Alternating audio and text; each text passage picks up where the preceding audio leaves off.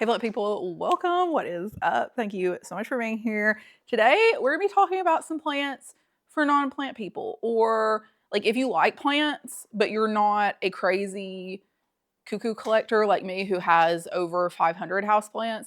Like you want some green. You want some green in your house. You want things to look nice. Maybe like you like the look of plants, but the care is what's kind of holding you back from bringing those plants into your house, even though you really want them. So we're gonna be talking about some plants today that will fit the bill. So these are plants that this could definitely be like an easy plant care video, like plants that are easy to take care of, beginner plants, whatever. Because these are gonna be plants that are not gonna require a ton of effort or energy or stress, things that are okay with kind of the bare minimum care in different situations. So we're going to talk about trailing plants. We're going to talk about good climbing plants. We're going to be talking about good statement plants, things of that nature. We are rocking with natural lighting today. So hopefully I'm not like crazy overexposed, although it does look kind of that way. I don't want to bring my light boxes out. And I honestly don't think that would help in this situation because I want to sit right here in front of this like cute area where all my plants are on display, you know? So if you're interested in bringing some plants into your home, you don't already have plants, or if you do have plants and they're kind of stressing you out and you feel like things are not really going your way and you don't quite know what you're doing wrong, we're just going to use this as a fresh start. And I'm going to give you some examples and some ideas of things that you can do, things that are truly easy and truly low maintenance and will actually look good at the same time. So if that sounds interesting to you, let's talk about it.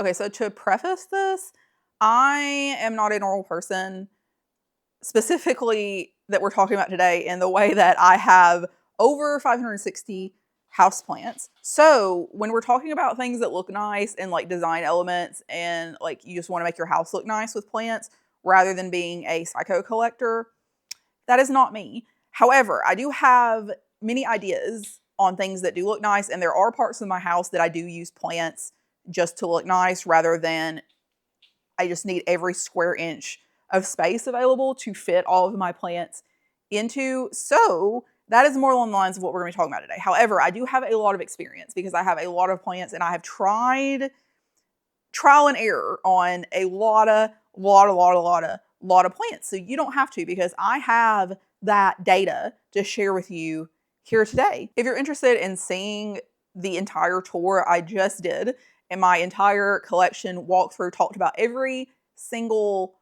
every single plant in my collection outside of all of the anthurium in my anthurium tent, because I also recently did my entire anthurium collection. So I will link those videos in the description if you're interested in seeing all of the plants in my collection, plus or just the anthurium in my collection in those videos that will be down below. Sorry, I had to save my slippers from Sully. He is such a sneak thief. He will literally wait until the moment that I'm doing something else, and then he sneaks in there to take my slippers, my dadgum slippers. Yeah, I'm talking about you. They all know. They all know you're a slipper thief. There will never be a video on this channel that does not have a Sully cameo, so if you don't like pet cameos, this is not a channel for you. I apologize. For this first section, will be inserting some B-roll / photos onto the screen because it is going to be statement plants. So these are going to be big boys that take up some space. Like, you want to walk in and you don't want a bunch of small plants all over the place. Like, you just want a good, big, one nice looking plant that you have to take care of. Just the one. So first off is going to be Monstera deliciosa / Borsigiana. Borsigiana is the small form of deliciosa. So if you want something with really, really big leaves, deliciosa. If you want, or large form, you'll see it listed as. If you want something that is a little bit smaller, now this is still a Monstera, right? Like, the leaves are still going to be substantial even on a Borsigiana. But Monstera deliciosa, they get like huge, although it is difficult to get them to size up as drastically as you see them outdoors, because you really can't provide, most of us cannot provide what they need for them to size up that amount indoors. So when you see these enormous leaves that are like bigger than a person and they have a million fenestrations and They're just absolutely massive. It is very unlikely that you are going to get it to that size indoors because they need a lot of light and they want it to be super warm and a lot of humidity typically because these are tropical houseplants. Most of the things we grow indoors are tropical plants. However, they do still get very, very large. I had a giant Monstera deliciosa that I got rid of kind of recently. I had like originally cut it up into cuttings. It was enormous. It was like probably almost 9 feet tall, and the leaves were pretty large. I would not say they're massive. They're definitely probably like as big as my torso, which is still fairly large. However, I just couldn't deal with how big it was because, again, I have a million other houseplants that are all competing for all of my time and energy and space. So that one just had to go because it was taking up so much space. It also, my house is an open concept, and it just took up almost the entire entrance part to where like you go into the dining room. So it just made things feel really cramped and stuff too, because it's like not only do they grow really tall if you have them climbing up a stake, they have a big wingspan too, especially if you have like a lot of vines of it in there. But it is a great option if you have a good space for it. So if you have a space where you want one really big plant, Monstera deliciosa is a wonderful option because they are super duper easy care. And I know that you've heard everyone and their mom recommend Monstera deliciosa because it is such an easy plant, and it's true. However, there are a lot of other varieties. So some are very expensive. Just keep that in mind. I'm going to have a section at the end of this video that are things to stay away from, and spoiler alert, one of those things is expensive plants. But if you want to spend a lot of money on a plant, Monstera is probably a pretty safe option to go with just because they are very easy to take care of, very resilient, easy to propagate them if something goes wrong, et cetera, et cetera, et cetera. So it's like easier to protect your investment in that rather than like an expensive anthurium or an expensive alocasia or Hoya or something like that. And when I say different forms, they come in every form that you can think of, every color pretty much that you can think of, like within the range of like what is actually possible for a plant. So if you want something that has white variegation, you can do the albo. Now, the Monstera borsigiana albo, which is the smaller form, is much less expensive than the true large form albo. The large form albo is going to be more expensive because it's more uncommon. Most of the albos that you see on the market, and this is for me as well, the one that I have, oops, just hit my mic.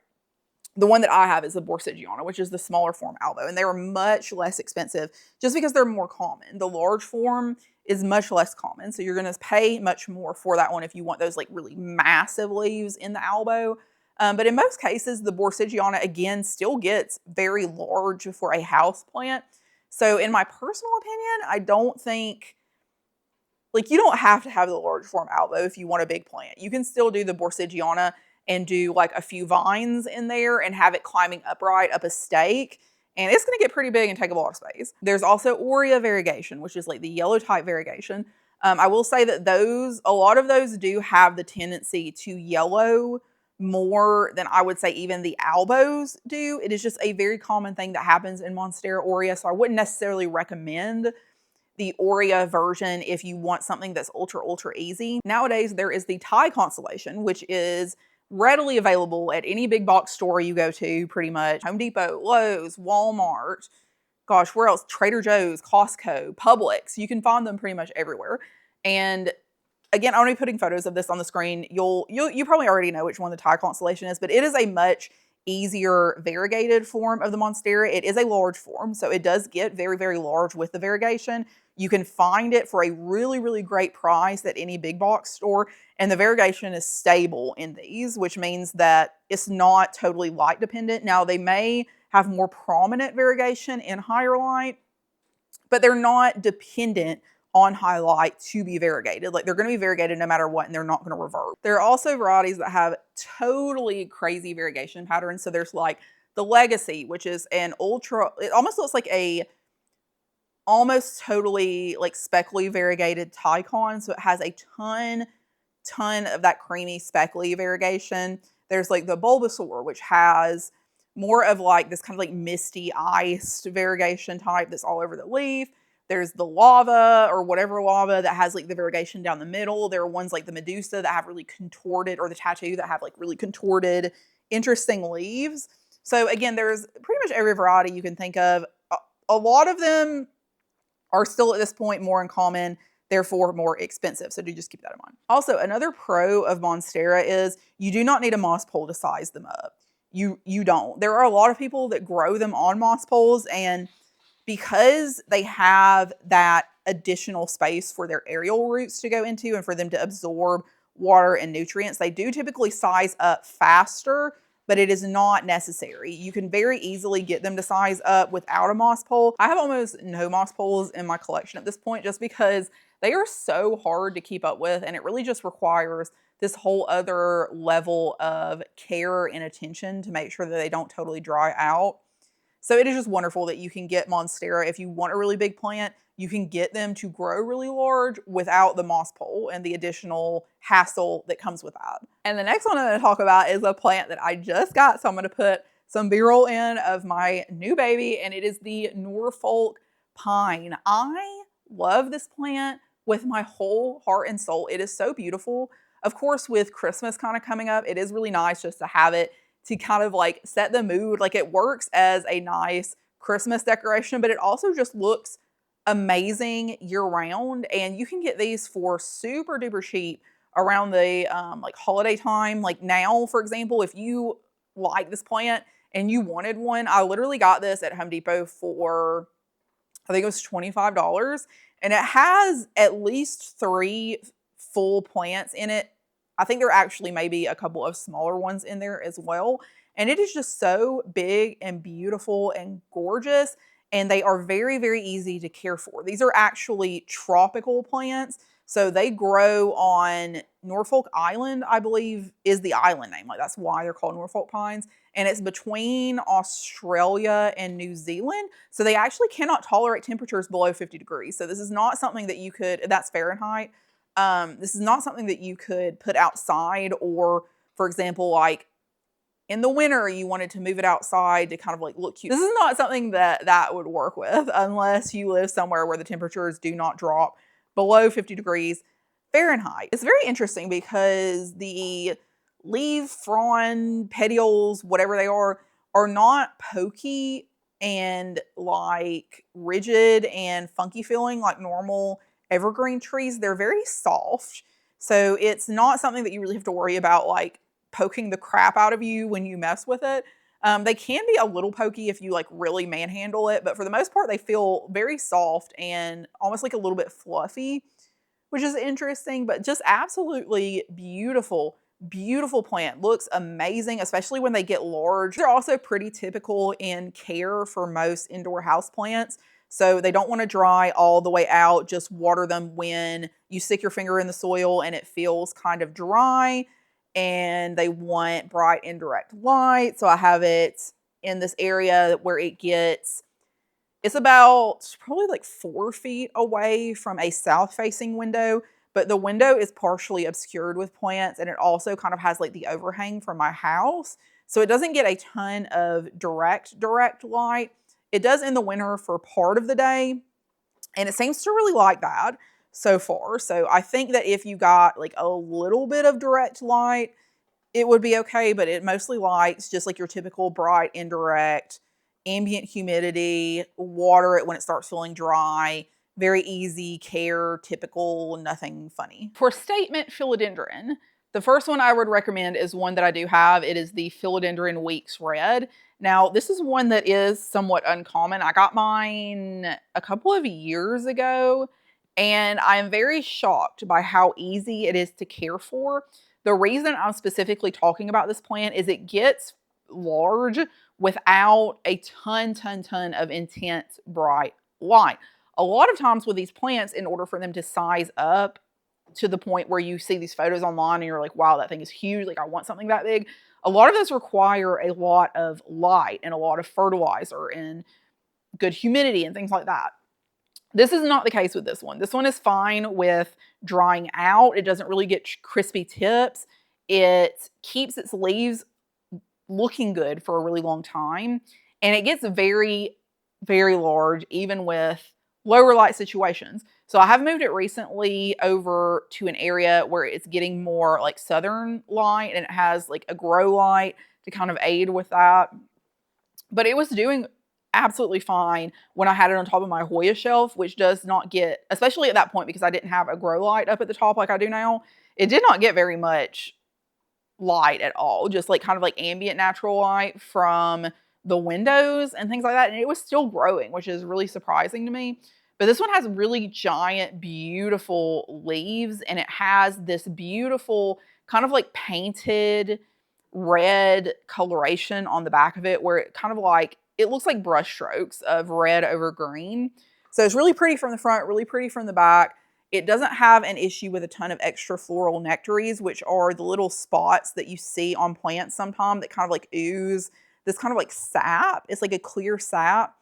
And it doesn't have an issue with those nearly as much as my other philodendron. It almost doesn't have any at all. Like you can sometimes see a little bit on the petioles, but it is almost non-existent, which is crazy for a philodendron. And this is also another one that does not need a moss pole. So I have this on, I just have it being held up with a couple of bamboo stakes, and it has been sizing up and staying large just fine. It does not need a moss pole, which is, again, great news for us.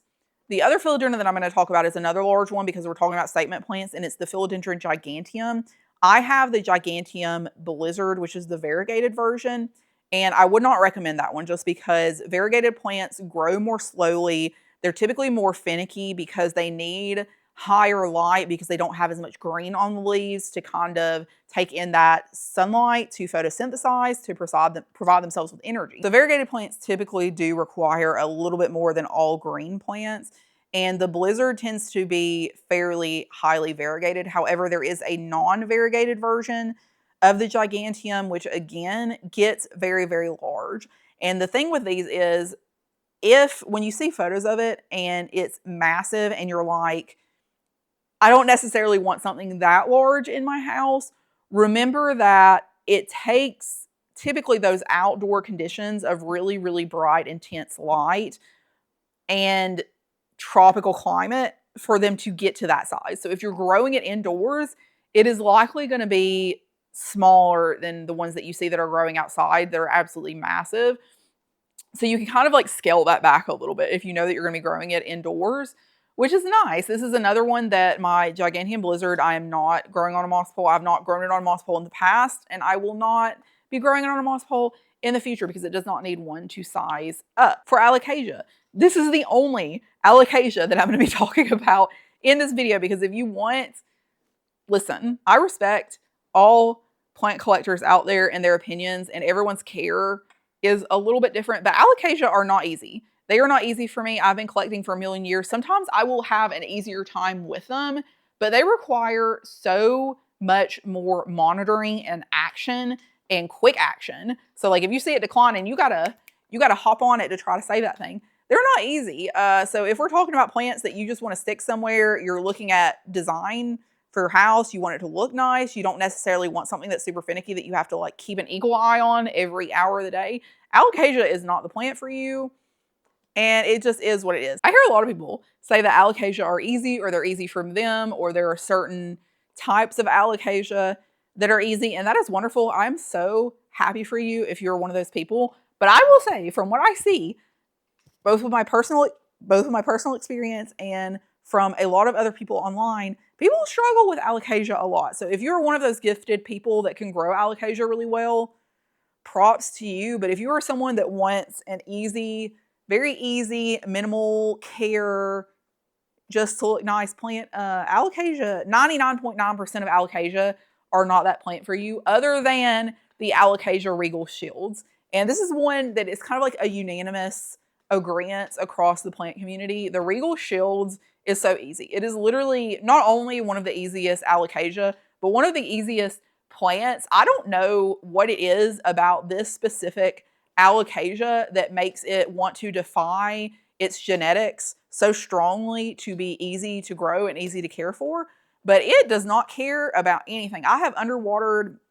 Now, I will say the one stipulation of this is they do want decent light. So you do not want to stick this plant somewhere where it is not getting at least reasonable, bright, indirect light, because the leaves are not going to size up and they often come out kind of like funky and not the best looking if you do not provide them with the brightest light.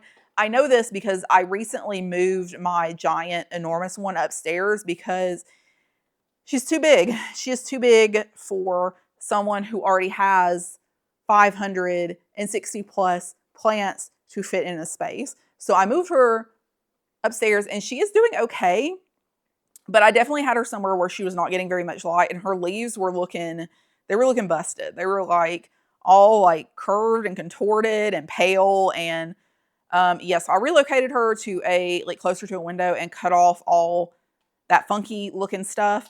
And she's doing better. But yeah, so if you want her to get like big and beautiful and have those like, she's like these big, dark, velvety almost leaves.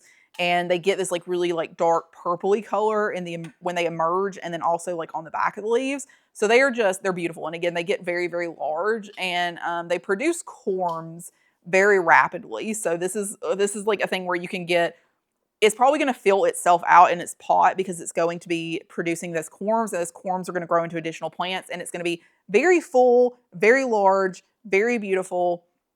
All you want to do is make sure that it does not get super duper dry. You can literally, this is definitely one that you could water just like once a week-ish, maybe longer if it's a really big plant and it's in a really big pot. And just make sure that it's getting pretty decent, bright, indirect light. And that's it. Last one for statement plants. And this is going to be kind of off the wall, but I'm going to say Platycerium. Staghorn ferns, especially the Netherlands, which is the one that you find in all the big box stores. Now, again, there is a stipulation to this. So I would not say mounted, because when you mount them, you have to keep up with the watering much, much more, which is something that one of the things that I do struggle with is watering my staghorn ferns. I definitely let them dry out way too much to the ones that are mounted. But I have another one that I have in a pot on a plant stand, and it is just fine. The recommendation that I have for you for this would be to put it in a plastic pot. Now, this could be planted, you could plant it directly into a decorative pot. I always put them in nursery pots and then into the decorative pot in case I want to like swap things around. But that's the thing, because that plastic pot is going to hold in the moisture for much longer. Okay, my camera overheated, which means that I am taking too long to talk about every single thing. We're gonna be a little more concise. Anyways, what I was saying about the staghorn fern. Netherlands, where you go to the big box stores, much easier to care for, very common, inexpensive. They grow to be very large and are just a really cool, unique, different looking plant. You do not have to water them very, very frequently if you have them in a reasonable sized pot that is plastic that will hold that moisture in. My big one that I have potted that doesn't get a ton of light. Now, if it's getting much more light, you may have to water it more frequently. But I water it maybe once every 2 to 3 weeks, and it does just fine. Now, because it's not getting very much light, it does grow pretty slowly. So if you want it to grow a little bit more quickly and get larger, you probably want to provide it with more light. Next category we're going to be talking about is plants that you can get and forget, which, okay, so you can't like totally forget them. You do have to kind of pay attention to them a little bit because you're gonna have to water them eventually, you know. But these are plants that are like super easy to care for, to the point where like you can leave them maybe like once or twice a month. You want to check in and just make sure that they're like watered and everything's doing fine, etc. The big genus that I would recommend is Hoya, just because most of them are more, they have more of like succulent-y leaves, so they can hold moisture for much longer. So you do not have to worry about watering them super frequently. You could definitely go like my big ones that I have up here. Let me grab one. This is my Hoya Crimson Queen, and it is in one of those just like Home Depot, Lowe's kind of like plastic planters. I have this hanging above a east-facing window, and I water this maybe once every 2 to 3 weeks at most. Definitely not more frequently than once every 2 to 3 weeks. And I have it in a pretty loose mix. Like there's a ton of cocoa coir in here, which is it's like a very chunky substrate from like coconut husk. So it is very airy. It does not hold a lot of water. So it dries out even with that substrate more frequently than it would if you had it potted in something differently. And you can maybe see from this, the leaves are fairly rigid and like thick. So that's what helps them hold on to moisture for much longer. So you don't have to worry about watering them as frequently. And then this one with the outer variegation, the Crimson Queen, you can find this very commonly at big box stores, so Home Depot, Lowe's, again, in these hanging planters. So you can kind of go ahead and get a plant that is pretty established and pretty large. They do not grow the fastest. So Hoyas are on the slower side of growth, in my opinion. I mean, there are varieties that can grow really quickly, and it really depends on like things like how much you're fertilizing them, watering them, the amount of light, blah, blah, blah. But I would say it's not something that's going to like overwhelm you with growth, right? Like you can leave it in one spot for a really long time. You don't have to worry about it outgrowing that spot. The next plant that I'm going to recommend are Syngonium. Now, stay with me for a minute here, because there are people who will say that these are kind of finicky to take care of. Here's a stipulation. So I have found they are pretty easy to grow in no drainage. So what I have here is a glass vessel.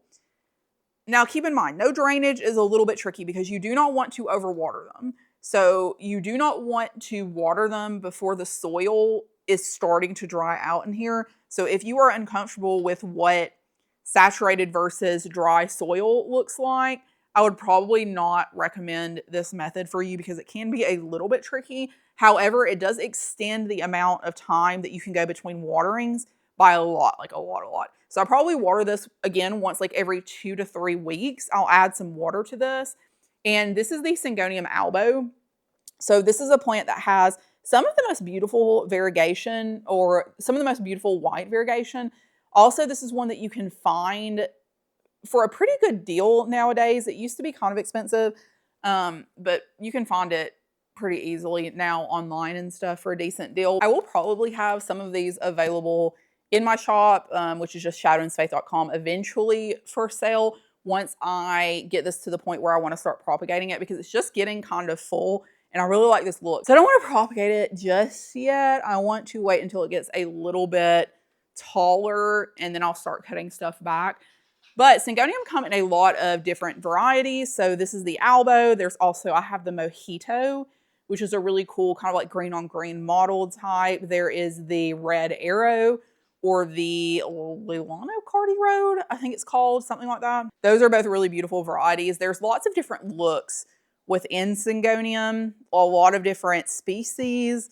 So you can kind of find the specific look that you're looking for.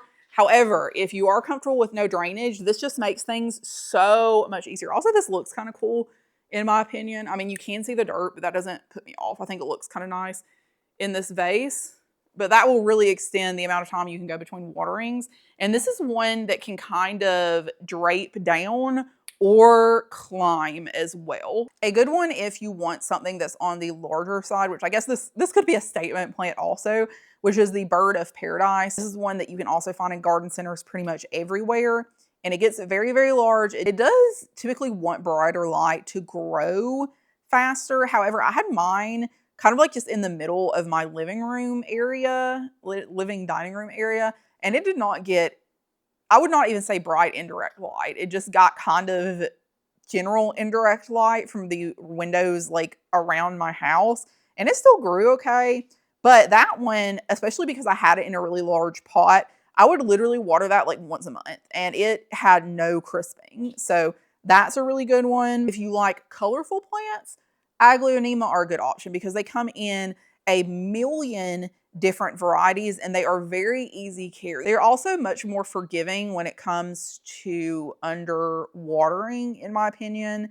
Mine, I don't really have which I don't have a ton, I only have a few Aglaonema, but I don't really have the issue with like crisping or anything on them. Even if I go way too long between waterings and they're totally dried out, they still do not really crisp, which is really surprising, honestly. I am fighting for my life with this lighting right now, which is why I keep moving the camera. Another one that people talk about all the time. So this is one that I don't really, these are not my favorite. I do have one upstairs in my husband's office and it is there because I do not have to remember. I can only water it like once every month and a half, and it's fine with that. And that is Sansevieria, so snake plants. Now, this one has a stipulation as well. These hate being overwatered. So when I say that this is a plant that you can get and forget, you have to forget about it because you cannot overwater this plant. In my experience, they want it to dry totally out. When I try to water it too frequently, especially because it is not receiving a ton of light, in the past, I had 2 of these. One of them I totally rotted because I had it downstairs and I was watering it around the same time as my other plants, and it just totally rotted out. The one upstairs, I genuinely forget about it. I go up there maybe once a month at most, and water it, and that one's doing just fine. It's been up there for like years at this point and does not have a care in the world. And you may think that snake plants are kind of boring, and I'm not going to lie, I do agree with that for the most part. However, there are varieties that are really interesting, some really interesting colorations like the moonshine, which is like kind of frosty and minty variegated, the something copper tone, which is, that one is absolutely beautiful. It has this like very coppery, bronzy brown type of coloration. There are also some really funky smaller ones. If you want something that is maybe not so large, you just want to add some plants onto maybe like a bookshelf or a coffee table or something like that. There's some really cool funky ones that have really interesting, compact, weird growth patterns, which are just really aesthetically interesting to look at, you know? We'll of course mention euphorbia and cacti just because they do still kind of fit that same bill where they do not require you to water them very frequently, but you don't want to overwater them. There are tons of different weird varieties of cacti and euphorbia. I would say these are like especially great for people who really like plants that are not big. So they want them to be smaller. They don't want them to grow super duper fast. Something that's like a little bit more, that's a little bit easier to keep under control. And you can fit it pretty much anywhere because it doesn't take up a lot of space and all of these things. And if you like kind of like these kind of almost like architectural, geometric, weird, interesting growth patterns, there are so many different cacti and euphorbia that fit that look so cool, like on shelves and just kind of like tucked away into places.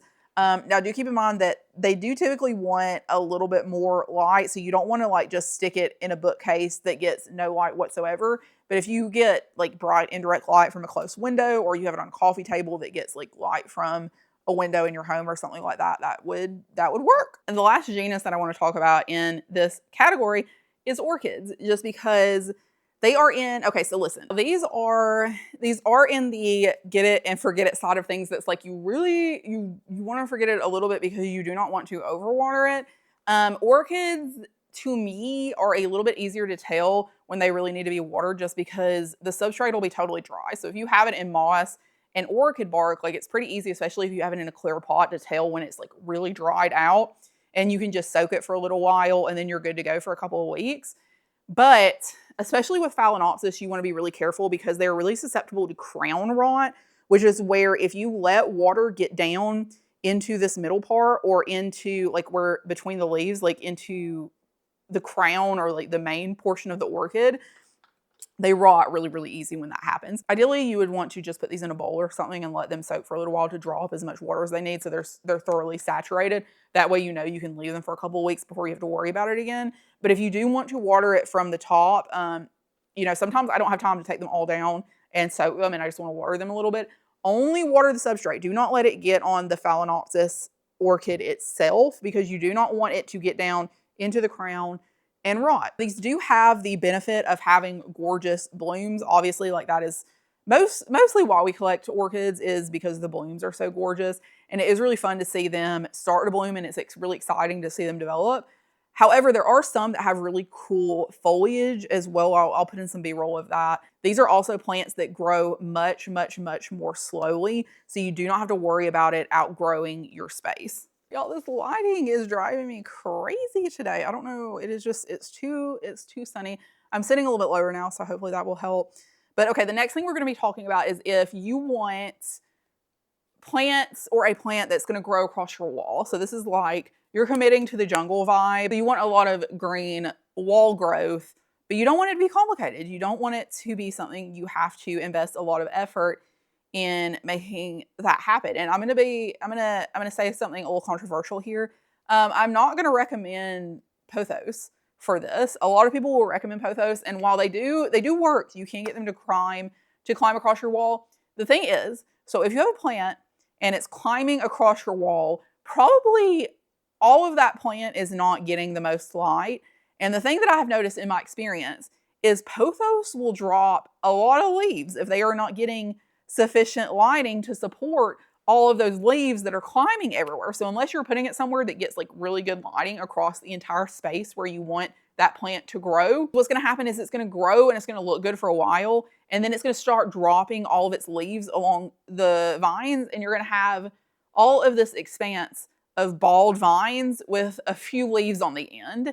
And that's not the best look. It's not the best look, in my opinion. Of course, if you're into that and you're happy, don't listen to me. Live your best life.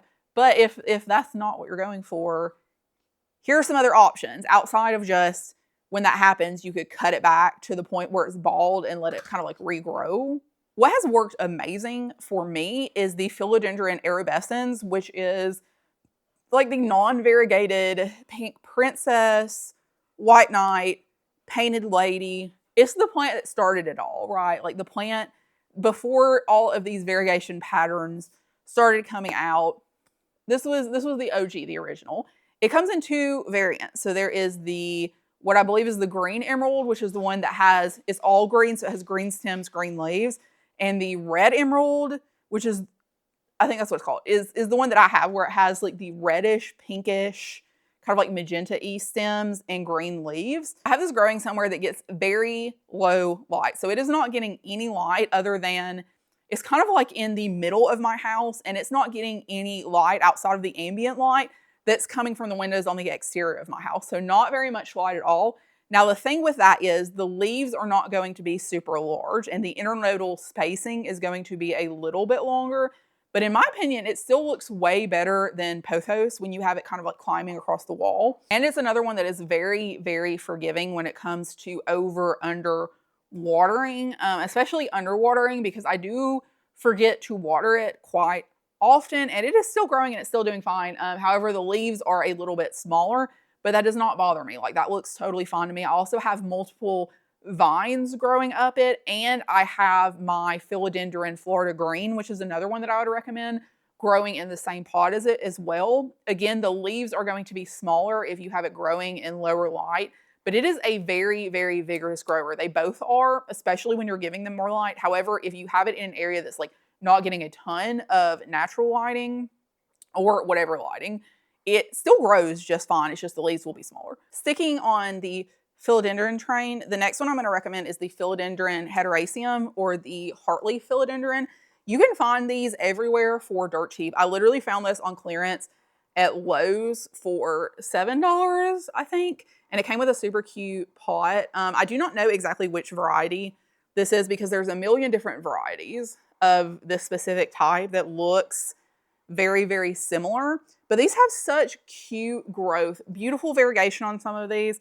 Now, I will note, again, there are variegated variants of this. Variegated plants do typically require a little bit more light to thrive because they do not have as much of that chlorophyll. Now, variants like this, where it's more of a green, yellowy type variegation, you're not going to have as much of an issue as things with albo variegation.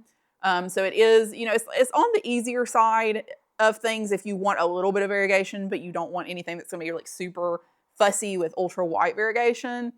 This works. There's several different variegated variants of this, and most of them are fairly affordable at this point.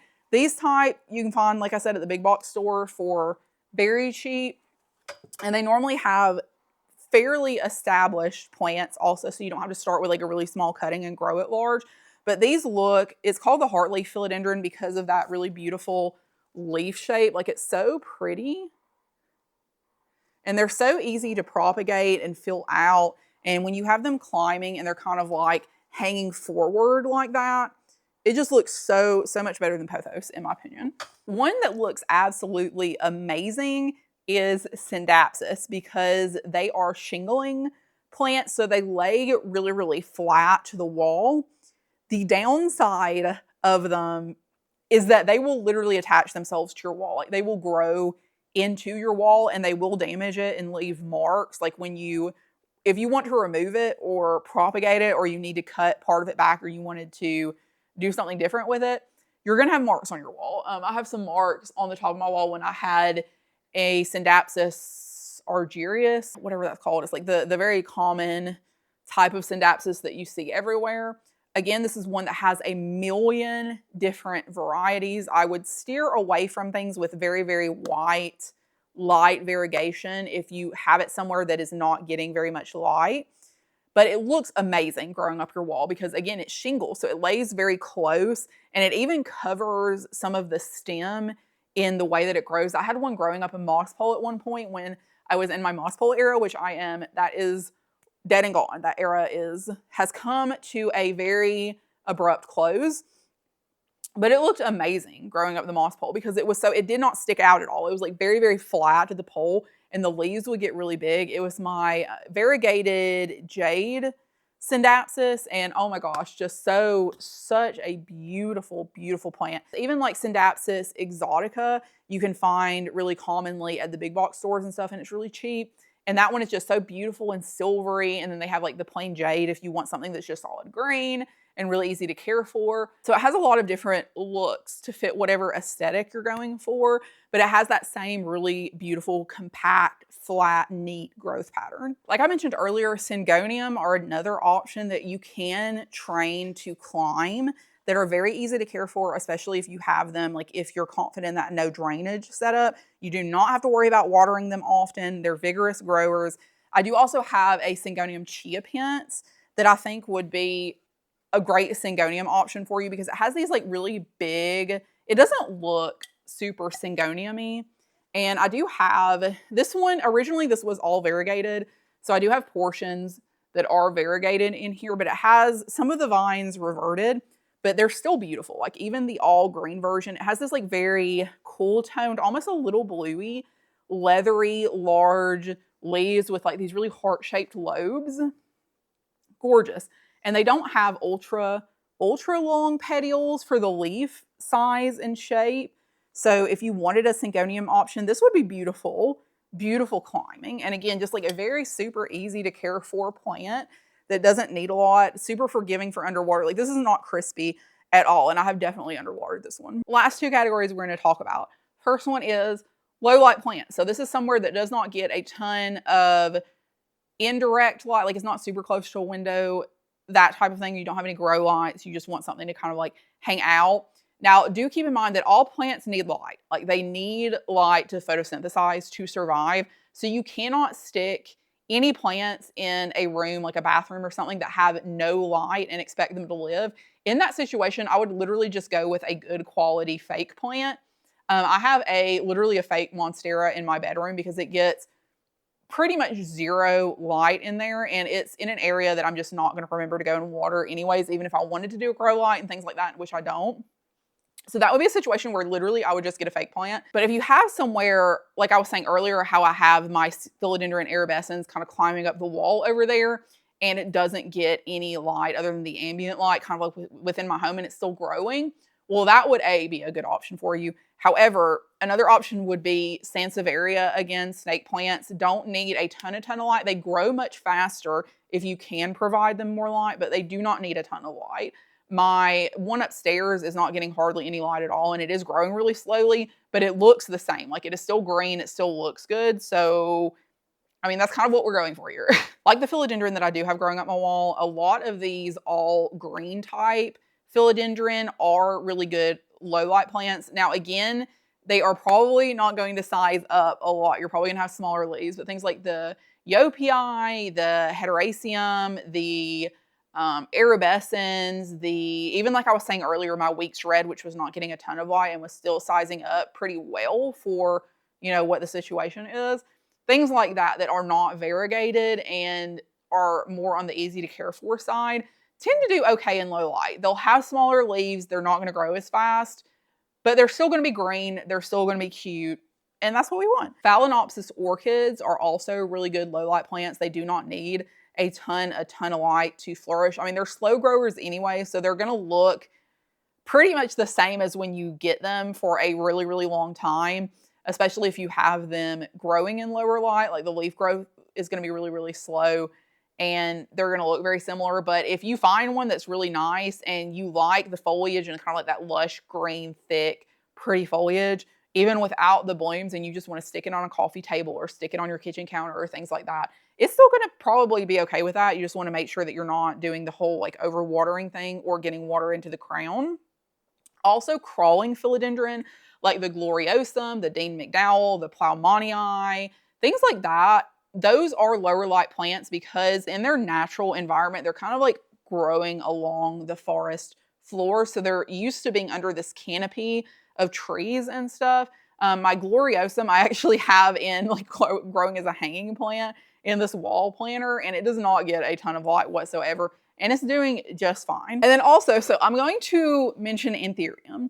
Anthurium are very good with low light. Like they actually prefer very low levels of light for most of them. The thing is, Anthurium do typically require specialized care, especially with a lot of these kind of like fancier velvety varieties that you see all over Instagram. So I will recommend Anthurium, but I would definitely say to go with things like Magnificum or Crystallinum, which are both very, very easy to care for plants. Main thing with Anthurium, you don't have to worry about the lighting so much because they are fine with lower lighting, but they do not want to dry out all the way. So it is something that you can put in a lower light area, but you do want to watch the substrate and just make sure that it's not drying out a lot. And you also do not want to plant it in substrate that is not super duper chunky and airy, because most of these plants are semi-epiphytic. So they do not want, if they're growing on other things, they're not used to their roots being like really, really condensed in this super thick substrate. So you want to do a lot of orchid bark, a lot of big chunky perlite, a lot of coco coir if it's been buffered. I add sphagnum moss and tree fern fiber and things like that that are like very loose and airy and are not going to condense those roots. So they're good for low light. They are, in my opinion, easier to care for plants as long as the substrate is not too dense. They're staying consistently moist. Those are like the two really important things. Also, you'll get much larger growth if you fertilize appropriately. They do really want, like CalMag is really important, but that is just kind of like another level. Like they will grow nicely and they'll look nicely with just minimal care. So that's just like normal fertilization. As long as the substrate is really chunky and they're staying consistently moist, blah, blah, blah. You don't really have to worry about fertilization like to the max. That could be kind of like a future thing if you end up getting really into Anthurium or something like that. But they're still going to look nice. They're just not going to get as big and boisterous as they would if you were fertilizing more and doing more like specialized care. For hanging plants, a lot of these we've already talked about. So Hoya, great option. One of my favorite hanging Hoya is the Hoya Bertonier, which this is one that, again, you can find at every big box store. Like these are plants that are very affordable, but its growth pattern is just so pretty. I love the leaves are this like really, really dark. They're kind of velvety. They're more on the rigid side. It is a prolific bloomer once it gets established. So you will get these really cute, well, I have a peduncle here. These really cute pink flowers. I had one blooming somewhere. Where are you? Oh, well, I did have blooms that were open, but I already dropped them.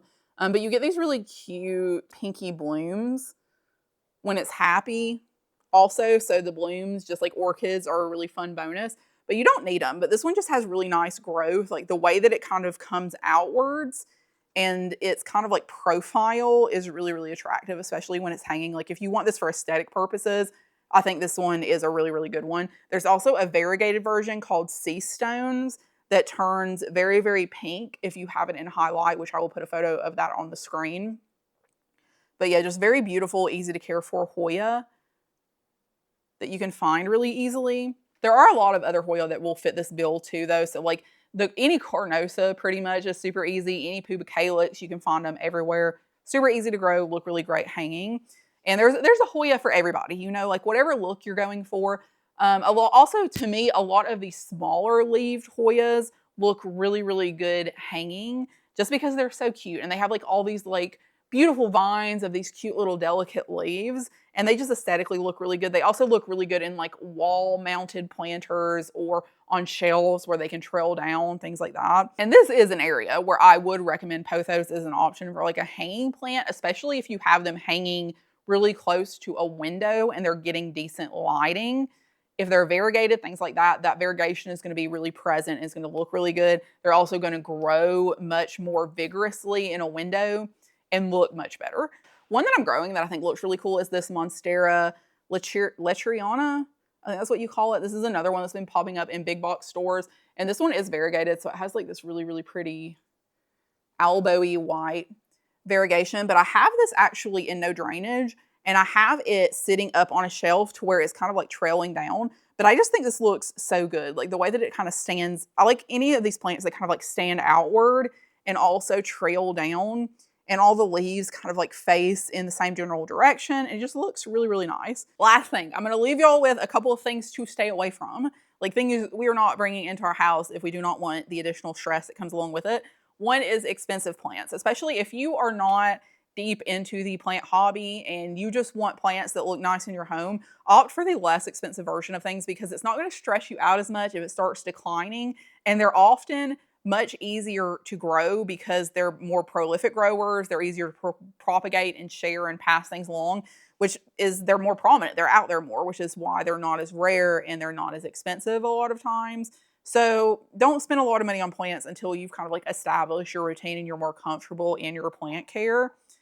Alocasia, I already mentioned this. Alocasia, for the most part, except for the regal shields, typically require much more attention. You have to react much more quickly when you notice they're declining. And they just, in general, have a lot more specialized care. They like to rot their roots and want to start regrowing their roots more often. And sometimes if you don't catch that in time and kind of clean them up and change their substrate out, the rhizome will rot and then you're going to lose the whole plant. Especially if it's an expensive alocasia, they can decline so quickly. Would not recommend starting with that, especially not for aesthetic reasons, because they don't want to dry out. They require, again, just more, you have to be more on top of your care with them. Calathea, you've heard this probably from everybody, but Calathea are super fussy, do not like drying out, very prone to spider mites. They are very beautiful in a lot of cases, but if you are attracted to Calathea, I would recommend checking out Aglaonema because the foliage is very attractive and colorful in that same way, but the care is much easier with Aglaonema. Other things that I would stay away from, moss poles. Listen, you will see people's beautiful mature giant plants on moss poles and want that for yourself, and you'll say, what's one or two moss poles? Like I can remember to fill up a cup a couple of times a week, or I can remember to pour some water in that every few days. You will not. Listen, it does not matter. I could have one moss pole or 100 moss poles. I'm not going to water them. It doesn't matter. It does not matter how many I have. I will look at it every single day and watch the moss drying out. I'm literally doing it right now, sitting here looking at my pink princess moss pole, which is almost totally dry. And I will not water it. And then what's going to happen? The moss is going to be totally hydrophobic and you're going to have to totally water through the entire thing. You're going to have to take it to the shower, flush it all out. If you don't have a shower with a spray head, you're going to have to take it outside, use the hose, remember to bring it back in. It's this whole thing. Moss poles are not what they're cut out to be. Now, if you have one or two really special plants that you are very dedicated to seeing size up, I have a total of 2 plants on moss poles and I'm not watering them. You know, it's like one of the things I'm going to leave them on the moss poles and I'm going to continue to try to do my best. But also, do not put plants too high, like out of your reach on the wall, on a shelf, on top of something, because if it is hard for you to get to and it is a pain to get down, do you think you're going to water it as frequently as you're supposed to? No, you're not. I don't. Nobody is. So don't do that to yourself. Okay, keep it eye level. Keep it somewhere where you can easily pick it up, take it to the sink if you need to, wash it, pour some water in. If it's way out of reach, it doesn't matter how good it looks. If it's way out of reach, you're not going to take care of it probably the way that you're supposed to, and then it's going to start croaking, and then it's going to look really bad. So That also goes for rooms that you don't go into frequently. I put a Synapsis in my guest bedroom and I left it in there for a month and a half and did not water it. It somehow was still green and it is growing back now, which I'm very surprised of. But yeah, if you put it somewhere and you're like, I'm not going to be going into that room, I'm not going to be looking at it, I'm definitely going to forget about it, don't put it in there because it's let's be real, it's probably going to pass away, right? As I mentioned earlier, velvet leaved anthuriums are very popular right now. They are gorgeous. Everybody loves them for good reason. And I do not think the care is that complicated in certain situations, especially when you have experience with them. However, in this scenario where we just want like an easygoing houseplant, most of them I would not recommend to you outside of Crystallinum magnificum, like I said earlier. Those two, much more vigorous grower, much more chill. They're going to give you a lot less stress than any of the other velvet-leaved anthuriums. And then the last two are plants that are going to be shoved in your face everywhere that you go out in public. Is the fiddle-leaf fig and palms, specifically the majesty palm.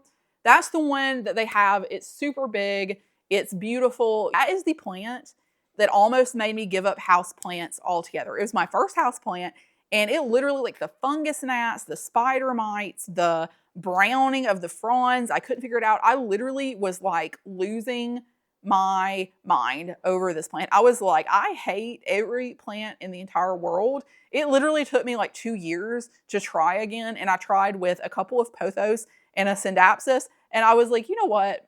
Okay, maybe I can give this another go, because that majesty palm, don't do it. Don't do it. Even outside. I would say the majority of the time I see people get these plants, they put them outside, they look good for like a month, and then they start looking like crap because all the fronds are turning brown and falling off, and it's looking all crusty and dusty and nasty. So palms are not the way to go. If you like that look, I would recommend maybe like the philodendron tortum. That's a good one. There's one called the philodendron polypioides. I'll put the name on the screen because I don't know exactly how to pronounce it. It's like a thicker philodendron tortum. Both of those are good plants. They do lean more on the side of aroid type care, where again, you don't want the substrate to be too dense. So it's something that they're not complicated to take care of.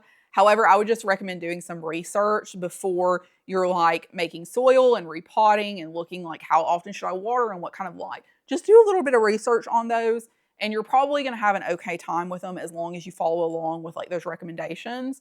But the majesty palm will literally make you want to never look at another plant ever again. That a lot of the time goes with the fiddle-leaf figs too, because they will look great in the store and you will take them home and they will literally drop all of their leaves. And you are like, I literally have a black thumb. I'm going to kill every plant that I ever touch because this thing, all I did was bring it home and all of its leaves fell off. But that is just the typical experience with fiddle-leaf figs. They love to drop leaves. They really do. And now listen, there are some, if you're really invested, just like with any plant, if you're really invested in the care and making it, you know, doing everything that you can so that that plant looks amazing and you are giving it just what it needs, you will probably have an easier time. But in my experience, from what I see out and about in the wild and, you know, other people's collections and things like that, fiddle-leaf figs just always look kind of crusty because all their leaves are falling off. Okay, anyways, I'm gonna wrap this up before my camera overheats again because I've been talking for way too long, but I cannot help myself. I really cannot help myself.